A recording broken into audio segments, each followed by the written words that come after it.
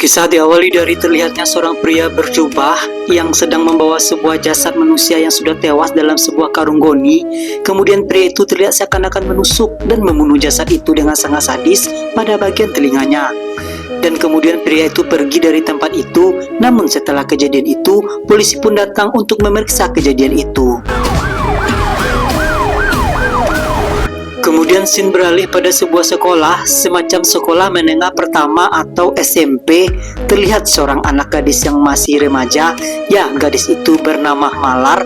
Dia sedang mengikuti sebuah lomba pidato tingkat SMP.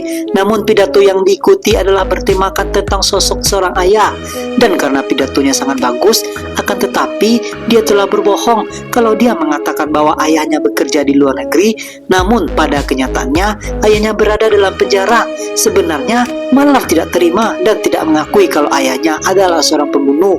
Namun karena hasilnya sangat memuaskan, dewan juri pun dan semua orang terkesima, Malar pun berhasil menjadi juara pada lomba tersebut. Dan cerita berpindah pada sebuah penjara. Terlihat seorang bapak-bapak yang sudah tua. Bapak itu bernama Tilagan. Ya, Tilagan adalah ayahnya Malar yang dituduh dan fitnah sebagai seorang pembunuh, walau Tilagan tidak pernah melakukan pembunuhan seperti yang telah dituduhkan kepadanya itu. Karena kelakuannya selama di penjara sangat baik dan ia juga disegani oleh tahanan lainnya, dan kemudian Tilagan mendapat remisi bebas bersyarat dari pemerintah setempat. Namun awalnya Tilagan menolak, akan tetapi dia teringat dan rindu akan anaknya yang bernama Malar dan sosok ayah kandung Tilagan yang sedang sakit-sakitan, dan ia pun mengambil remisi bebas bersyarat itu. Ternyata tujuan utamanya adalah untuk balas dendam terhadap orang-orang yang memfitnahnya itu. Di sisi lain, di waktu yang bersamaan kita diperkenalkan dengan seorang perempuan. Ya, perempuan itu bernama Nandini. Dia adalah seorang perwira polisi yang difitnah dan dituduh juga melakukan sebuah pembunuhan terhadap seorang saksi pada sebuah kasus. Namun Nandini adalah sosok polisi yang sangat disiplin, tegas dan jujur dalam menjalankan tugasnya. Yes sir. Na kola pannala sir. Anymore. Dan kemudian Tilagan pun mendapat izin bebas bersyaratnya itu.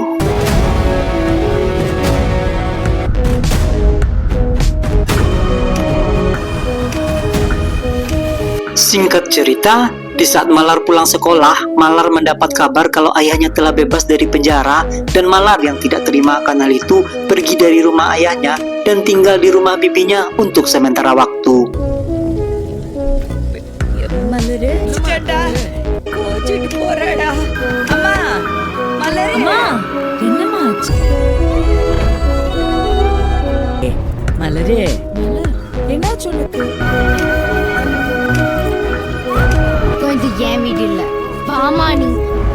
Lalu setibanya Tilagan di rumah, dia mendapat sambutan yang penuh sukacita dari keluarganya dan juga mengingatkannya pada hari itu adalah hari pernikahan pada masa lalunya. Dia merasakan begitu banyak kenangan yang ia rasakan, namun Tilagan merasakan sesuatu yang aneh dan sangat ia rindukan. Ya, Tilagan tidak melihat keberadaan Malar, putri kesayangannya itu, di rumah itu. Ia sangat sedih dan ia bisa memaklumi hal tersebut karena putrinya tak mau memiliki seorang ayah yang merupakan seorang pembunuh itu.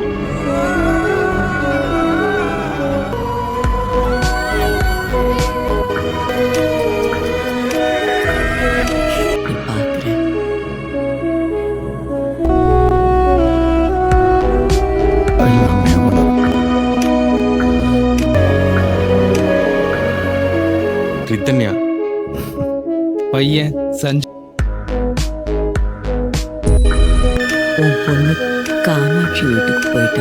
Dan scene beralih pada suatu tempat, kita diperkenalkan dengan seorang politikus bernama Manikam.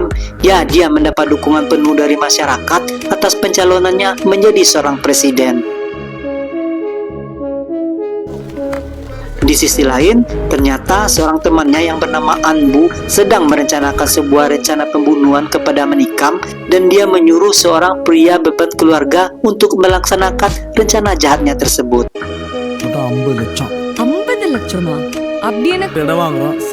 Sementara itu di rumahnya Tilagan ternyata untuk mengawasi gerak-gerik Tilagan, dia diawasi oleh seorang polisi kocak beban negara juga. Polisi itu bernama Ladusing dan dia terlihat gak pintar-pintar amat, dan Tilagan wajib lapor tiap hari ke kantor polsek setempat bersama Ladusing itu. சரியா சாப்பிட்ற நேரத்துக்கு இந்த கூர்க்கா வந்துடுவான். நீ கூர்க்கான்னு சொன்னது கூட எனக்கு வருத்தம் கிடையாது. உன் கூட என் பாக்கெட்ல வச்சுக்கிட்டுமா திலகண்ணா எவன்டாவா இன்னைக்கு ஆயுத பூஜை தான், வா வாங்க ஓடுற. Kemudian karena merasa rindu akan anaknya Malar, Tilagan hanya dapat mencigap-cigap dari pagar rumahnya. Dia ingin melihat Malar yang hendak pergi sekolah. Rasa sayang Tilagan pada Malar cukup terlihat dari wajahnya, namun dia tidak bisa melihat anaknya pada pagi hari itu.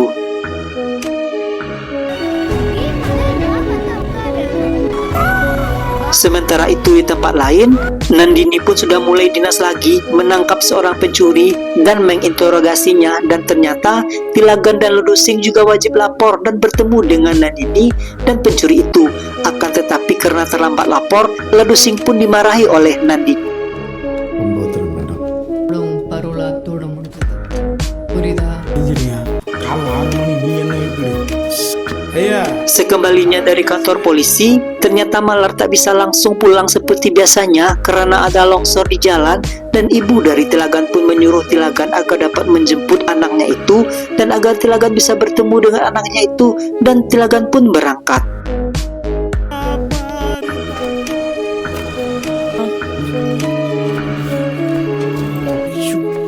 Kannamma கண்ணே எந்தன் கண்ணை மூடாதே எந்தன் கண்ணை. Karena tak ingin anaknya mengetahui keberadaannya, Tilagan pun hanya bisa bersembunyi. Namun ternyata Malar diganggu dan digoda oleh seekor buaya. Karena tak terima anaknya diperlakukan seperti itu dan dilecehkan, tiba-tiba சீக்கிரம் இறங்கடா, உள்ள போங்கடா சீக்கிரமா. உண்மைதான்டா, பக்கத்துல வந்துக்கலாம்ல. ஏன் எதை பக்கத்து நீ வந்து சொல்ல போறியா? அவ சொன்ன மாதிரி எங்க அப்பா இங்க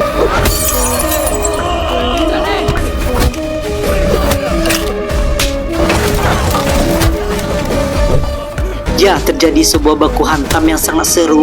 Namun polisi pun datang mengamankan kejadian itu karena tak ingin ketahuan dan takut bebas bersyaratnya terancam. Tilagan pun berhasil pergi dari sana. Kemudian keesokan harinya, saat sedang melapor, anak-anak yang dihajar oleh Tilagan mengadu kepada polisi di sana.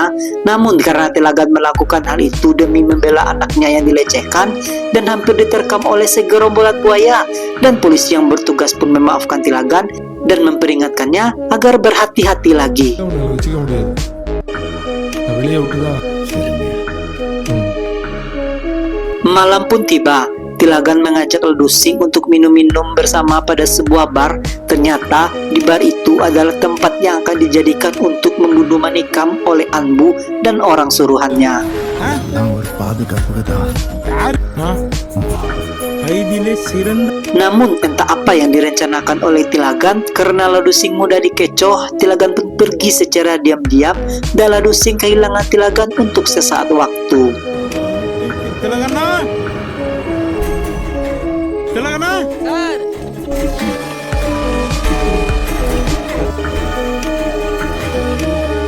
Dan ketika hendak pergi dari bar itu, Tilagan berpura-pura tidak bisa menyetir dan mereka pun mencari tempat yang PW agar dapat dengan puas menikmati satu peti minuman keras itu. இந்திய குடிமகன் எது ஒன்னாலும் மறக்கலாம், பாட்டில் சோறு கூட சிந்தியல கிச்சு கிச்சு கிச்ச சாரல் அடிக்குது. ச்சே, 2 பேர் சேர்ந்து குடிக்கலாம் தான் சொன்னாங்க.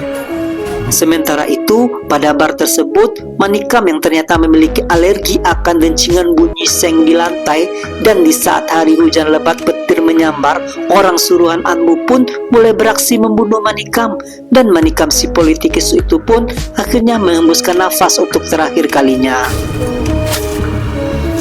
Kemudian, ketika Tilagan kembali dari tempat itu, Tilagan memberanikan diri membawa mobil itu karena Ladusing yang sedang mabuk parah, dan hal itu pun mengingatkan Tilagan akan profesinya dulu.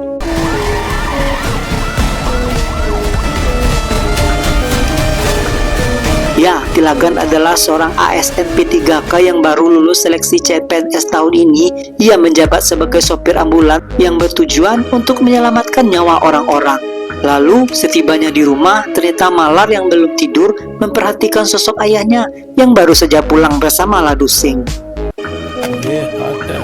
Keesokan harinya, ribuan orang yang sudah mengurumuni lokasi kematian Manikam si politikus itu, mereka tidak percaya kalau pimpinan mereka akan tewas mengenaskan, dan polisi pun turut hadir untuk memeriksa tempat kejadian perkara itu. Lalu, Nandini mendapat pertanyaan-pertanyaan seputar kematian Manikam dari wartawan. Nandini sempat dicurigai karena dulu pernah terlibat akan suatu kasus dengan Manikam si politikus itu. Dan dengan sangat seksama, Nandini pun memeriksa setiap sudut dan setiap detil dari lokasi kejadian, dan ia menanyakan kepada saksi yang melihat kejadian itu. Namun tiba-tiba komandannya datang dan ingin mengambil alih kasus ini. Namun dengan percaya diri, Nandini menolak dan akan mengungkap kasus ini yang sebenarnya. Sir EB lever off பண்ணிட்டு தான் கொலை பண்ணிருக்க வாய்ப்பு இருக்கு. Ternyata komandannya ini adalah teman lama dan satu kasta dengan Manikam si politikus itu. Ia mendesak agar Nandini menyelesaikan kasus ini, dan juga terlihat si Anbu yang berada di balik kasus ini juga sangat pintar jago akting. Dia seolah-olah menjadi korban atas kematian rekannya itu.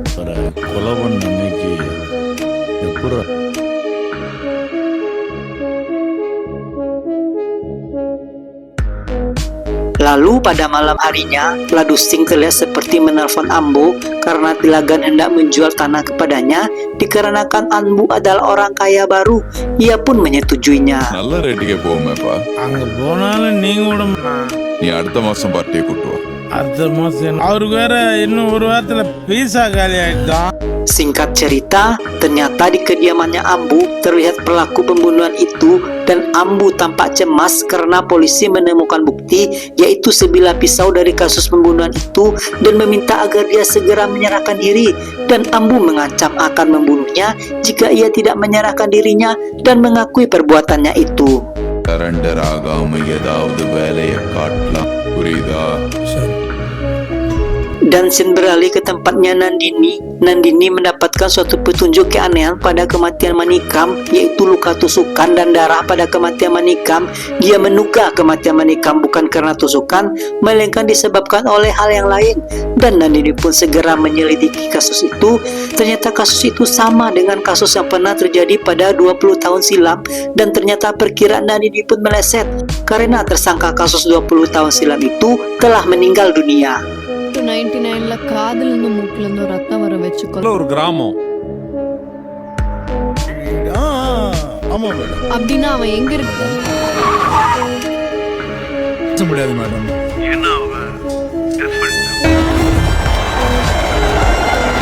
Lalu Tilagan dan Ladusing pun datang ke tempat kediaman Ambu. Ternyata Tilagan telah merencanakan akan membunuh Ambu, sehingga perkelahian pun tak dapat terelakkan.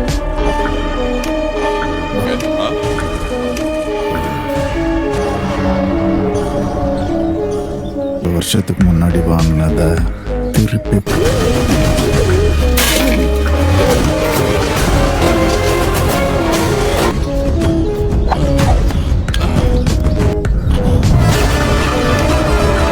Ya, Anbu pun tewas dengan sangat mengenaskan. Lalu Nandini pun datang untuk menyelidiki Ambu karena Ambu bersama dengan Manikam pada malam kematian Manikam, dan ia sangat terkejut karena Ambu sudah tak bernyawa lagi. Dan di waktu yang bersamaan, Tilagan dan Ladusing pun berhasil kabur dari sana. Kemudian Nandini mendapat teguran dari komandannya agar menyelesaikan kasus ini, dan Nandini pun kembali mempelajari setiap kematian orang-orang itu, dan Nandini pun menemukan petunjuk tentang anak pencuri yang hilang itu, dan Nandini menduga kalau Tilaganlah pelakunya selama ini.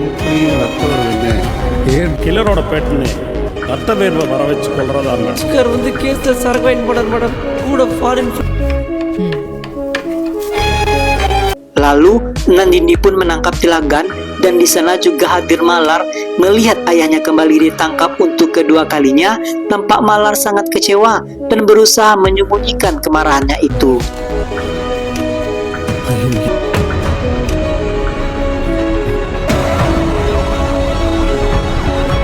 Setibanya di kantor, Nandini memeriksa Tilagan dan memeriksa sidik jarinya dan melaporkannya kepada hakim. Namun karena Nandini tidak memiliki bukti yang cukup, Nandini pun sempat dimarahi dan ia gagal menangkap Tilagan untuk hari itu. பரோல்ல வெளியில வந்தவர் 2 கொலை பண்ணியிருக்காரு.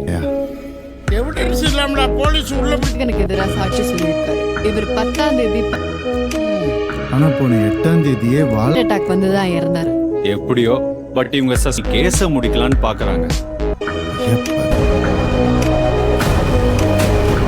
கண்டுபிடிச்சிட்டு அவங்க 2 பேரையும் Kemudian scene kembali pada masa lalu di mana saat Tilagan baru berada dalam penjara, Tilagan telah mencoba melakukan upaya untuk kabur beberapa kali, namun ia selalu gagal.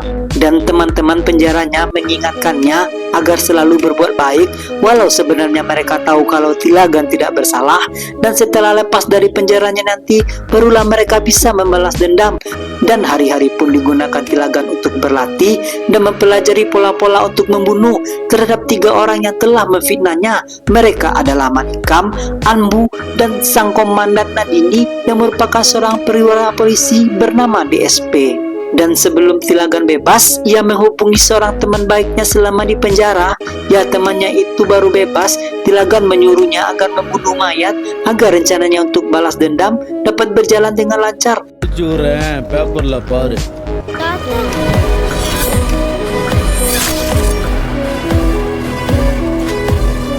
Kemudian scene beralih ke sekolahnya Malar. Ternyata Malar dikucilkan oleh teman-temannya karena ia telah berbohong selama ini kalau ayahnya tidak bekerja di luar negeri, akan tetapi ayahnya berada dalam sebuah tahanan. Dan Malar pun terlihat sedih dan dia pun cabut dari sekolah itu dan menemui ayahnya dan marah kepada ayahnya. Melihat hal itu, Tilagan pun cuma bisa istighfar.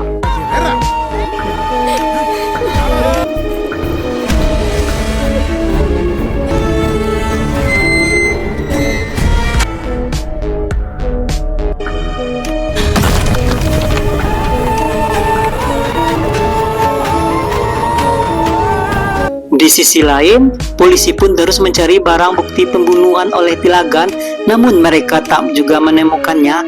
Akan tetapi karena kesal akan ayahnya, Malar datang dan menjadi saksi kalau melihat ayahnya pada malam itu. Karena Nandini menganggap pernyataan Malar hanyalah karena ia dibenci dan dendam pada ayahnya tersebut, Nandini pun tak menghiraukannya. அவனை பிடிக்கணும்னா விக்கி கிடைச்சாதான் உண்டு. Dan akhirnya Nandini menemukan petunjuk baru kalau si pencuri yang mereka cari terlihat sebelumnya di lokasi tanah yang baru dijual Tilagan. Mereka segera mencarinya dan akhirnya mereka pun menemukan mayat dari si pencuri tersebut.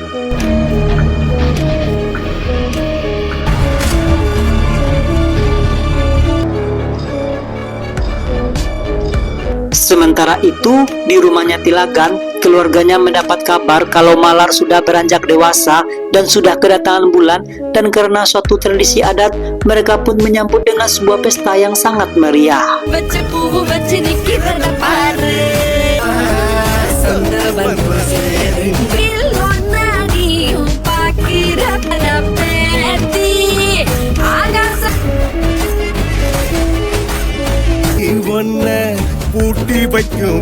Singkat cerita, pada saat wajib lapor, ibu si pencuri yang sudah kehilangan anaknya berhari-hari menuduh Tilagan kalau anaknya telah dibunuh oleh Tilagan, dan suasana di kantor polisi itu pun menjadi rusuh.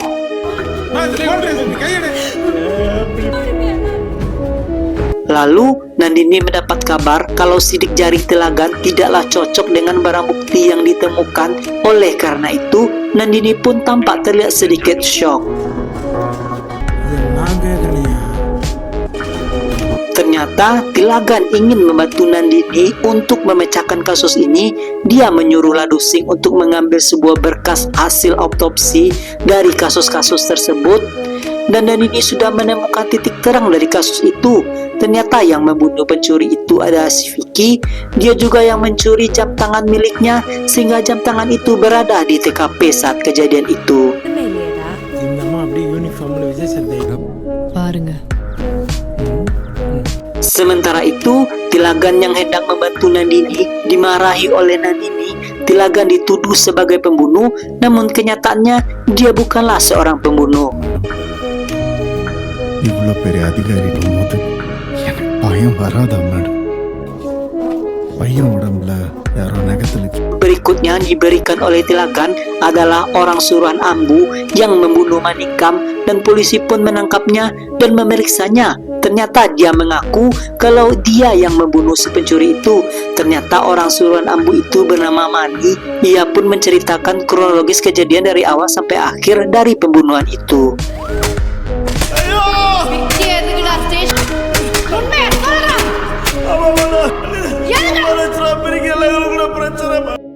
Sebenarnya si pencuri itu sudah melihat kalau Manikam sudah tewas sebelum mereka membunuhnya.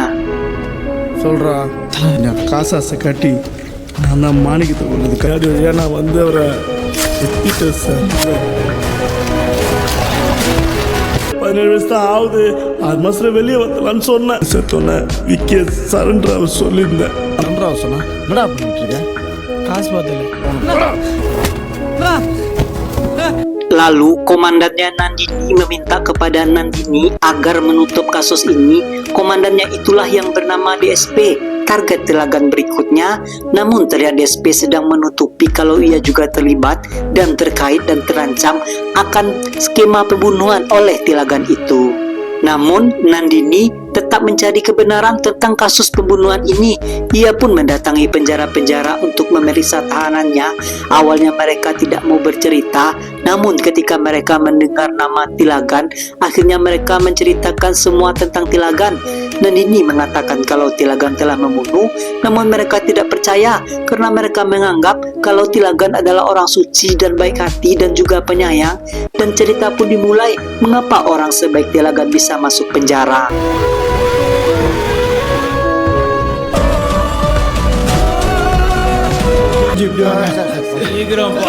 வந்தாச்சு வந்தாச்சு sorry. Ya, Tilagan adalah seorang supir ambulans yang menyelamatkan orang-orang saat itu. Ia bertemu dengan seorang perawat cantik dan jatuh cinta padanya. Perawat itu adalah seorang yang difabel dan bisu dan tuli. Dia bernama Mary. Mereka pun menikah dan dikaruniai seorang putri cantik bernama Malar.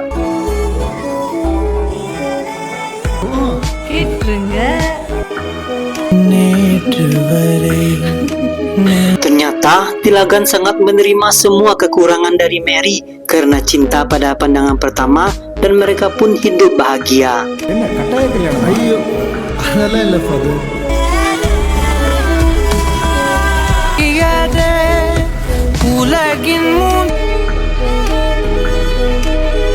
Lalu ketika pada suatu hari Tilagan ingin menyelamatkan temannya yang akan dibunuh, ia dijebak oleh kawanan dari polisi itu. டேய் கதிர்,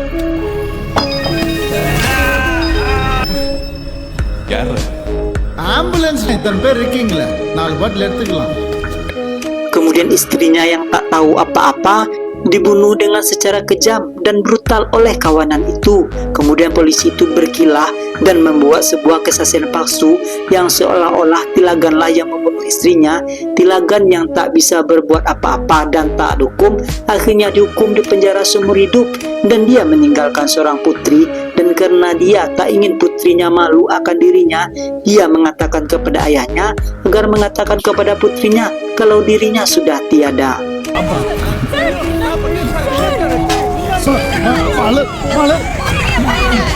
கொலை செய்துவிட்டு அவரே மருத்துவமனையில் அவர் காப்பாத்தினவரையே அவர் தான் கொலை பண்ணார். Singkat cerita, tujuan Tilagan adalah balas dendam kepada perwira polisi itu, DSP, Anbu, dan Manikam.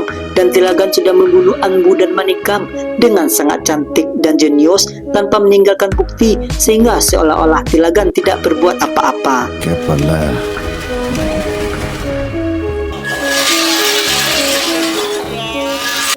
Lalu untuk balas dendam terakhirnya yaitu kepada perwira polisi yaitu DSP yang akan ia lakukan pada malam festival kembang api. Ternyata Nandini telah mengetahui semuanya kalau target selanjutnya adalah komandannya. Kemudian puluhan polisi dikerahkan untuk mengamankan gerak-gerik Telagan di rumahnya tersebut. நீ அலர்ட்டா இருந்து கிழிச்சதெல்லாம் போதும். குமரவேல் சார் என்ன மாணிக்கம் இருக்குதியா நான் சொல்றத கவனமா கேளு. அங்க தேருக்கு போர்ஸ் பத்திலையா இங்க ஒரு parole. Namun karena kecerdikan Telagan, ia mampu mengecoh polisi dan dapat menghabisi perwira polisi itu.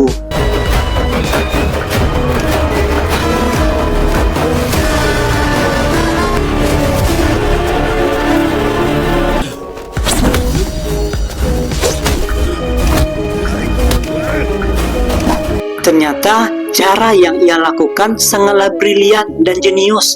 Tanpa diketahui oleh orang-orang, ketika ia dicurigai, dia kembali tepat waktu, tanpa bukti, tanpa luka sedikit pun. Kemudian Mimin pun sangat terkejut. Cukup kocak juga guys. Lah kok bisa sih?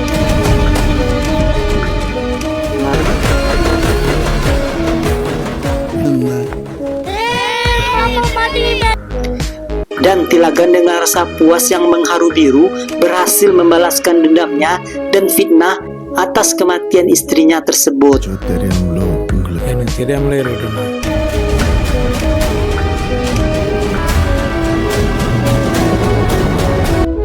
இத்தனை வருஷம் கழிச்சு அவனுங்களெல்லாம் Dan malam itu adalah malam terakhir bebas bersyaratnya. Telagan pun kembali ke penjara menghabiskan sisa tahanannya. Dia kembali ke penjara namun belum mendapatkan sebuah pengakuan dari anaknya satu-satunya. Lalu di suatu saat ia mendapat kunjungan dari seseorang. Ya, ternyata kunjungan dari anaknya yang bernama Malar. Ternyata Malar sudah memaafkan ayahnya dan menerima kembali ayahnya dengan kondisinya saat itu. Hal itu pun membuat Mimin sangat sedih dan berinang air mata, dan film pun tamat seketika. Film ini mengajarkan kita untuk selalu memaafkan dan selalu berbuat baik kepada siapa saja. Saya Mimin yang bertugas mengucapkan ribuan terima kasih. Semoga kalian menjadi orang-orang yang sukses nantinya.